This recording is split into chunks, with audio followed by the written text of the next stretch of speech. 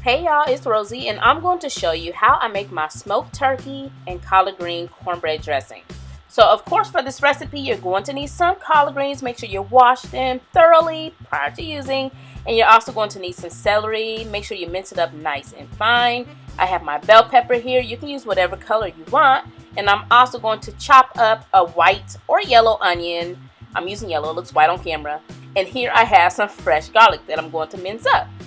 Now I'm going to walk over to my stove top and I have my butter here. This is salted butter. I'm going to melt it down over medium heat, and once it's all nice and bubbly just like so, I'm going to start tossing in all of my chopped and minced veggies, okay?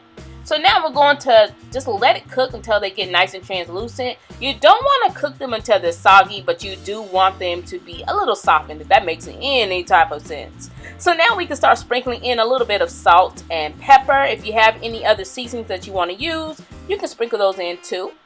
And once my veggies are good to go, I'm going to remove as much as I possibly can out of my pan. I'm going to keep the heat on, and we're going to leave the broth in there. Now if there's a couple little specks of onions and other stuff in there, that's okay. We're going to start adding our collard greens at this time, and we're going to cook them until they are nice and tender.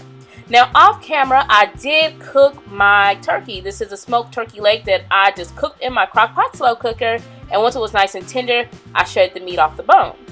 In this bowl here, I have my stuffing / dressing mix. I'm going to use this because it has all the herbs and goodies in there, but if you want to use day-old cornbread, you certainly can. So now I'm going to pour in my turkey broth. That's actually the broth that came out of my slow cooker. And I'm also going to pour in my butter as well. Now those little green specks there are actually the collard greens that was in that pan. I use the same pan for my collard greens that I melted my butter in. So now I'm going to add in my collard greens, all of my diced veggies that we cooked earlier, and we're also going to add in our turkey, okay? So now mix everything until it's well combined, and now we're going to transfer it to our 9x13.